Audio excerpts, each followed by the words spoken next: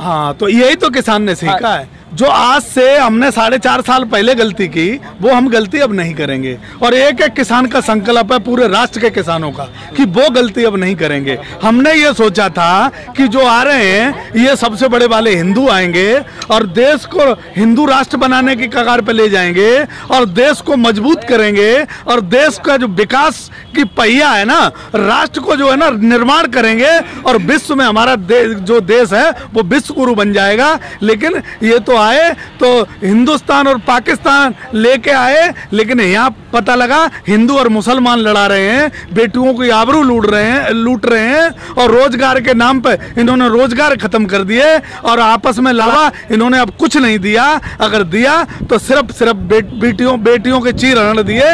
ये अब किसान समझ गया है, यही तो सीखने आए हैं। हिंदू अभियान तो चलाया है ना, बेटी बचाओ अभियान चलाया, बहुत बढ़िया चल रहा है। लखीमपुर खीरी में, उन्नाव में, कन्नौज में, बागपत में, बड़ौत में, आजमगढ़ में जिस तरीके से 4 साल में बेटियों की आबरू लूटी गई वो अब बहुत बढ़िया चल रहा है। तो बेटियां सब समझ रही हैं, देश पूरा समझ रहा है। और जो हमें लोकतंत्र की परिभाषा यहाँ सीखनी चाहिए थी, सब किसानों ने यहाँ सीखा कि हमारे कौन हित में है, कौन हित में नहीं है, देश को कौन बचा सकता है, कौन नहीं बचा सकता है। जो 70 साल तक ये हमें गालियां देते रहे कि 70 साल तक देश लूटता रहा, मुझे लगता है कि 7 साल में जो देश को दर्द दिया, जो देश को जख्म दिए, जो किसानों को जख्म दिए, वो किसान 70 साल तक अब नहीं भूलेगा। अखिलेश की जब सरकार थी तब यही बीजेपी कहा करती थी कि यूपी में गुंडा राज है, सपाइयों का गुंडा राज चल रहा है, लेकिन क्या अब वही योगी राज में भी बिल्कुल तुम ठीक कह रहे हो। जब अखिलेश की सरकार थी तो विकास हमें दिखाई नहीं देता था,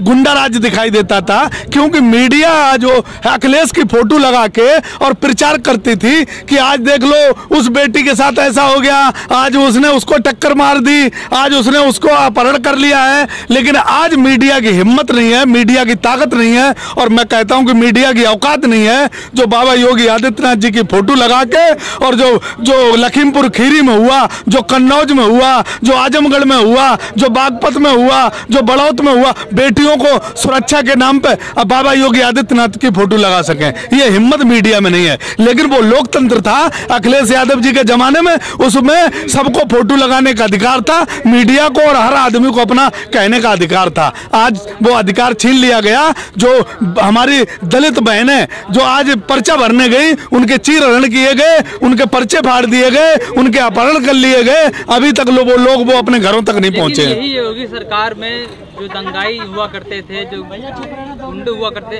उनके फोटो चप्पा करके उनके यहाँ कुर्की कर दिया करते थे। तो कौन ये कुर्की कर दिया? किसके कुर्की करे? सारे जितने भी दंगाई और जितने भी क्रिमिनल और जितने भी देश के आतंकवादी हैं वो तो सब यहाँ आ गए। तुम हमें बता दो, अगर ये पुलवामा अटैक से लेकर के और देविंदर सिंह जो पुलवामा अटैक में जिसका नाम आया था और जिसके साथ आतंकवादी पकड़े गए थे, वो देविंदर सिंह कहाँ है?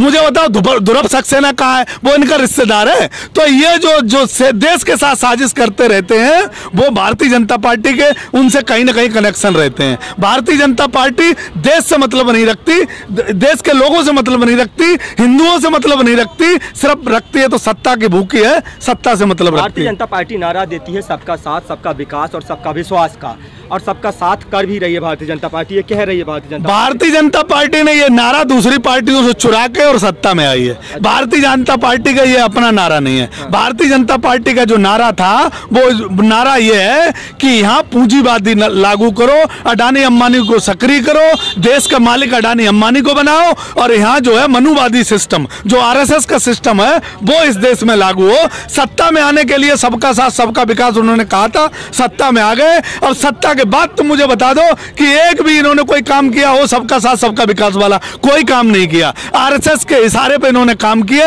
और मनुवादी व्यवस्था जो आरएसएस की है वो लागू किया और इन्होंने सिर्फ गरीब को गरीब किया और अमीर को अमीर किया। ये इनकी प्लानिंग है। आपने आरएसएस की बात की तो लगे हाथ में आपसे सवाल पूछ लेता हूँ। आरएसएस के जो सरसंचालक हैं मोहन भागवत का भी बयान आया और उन्होंने कहा कि मुसलमान भी इस देश का हिस्सा है और जो मुसलमानों की लिंचिंग करते हैं या मुसलमानों को देश से बाहर जाने की बात करते हैं, वो हिंदुत्व नहीं हो सकते, हिंदुत्व के विरोधी है।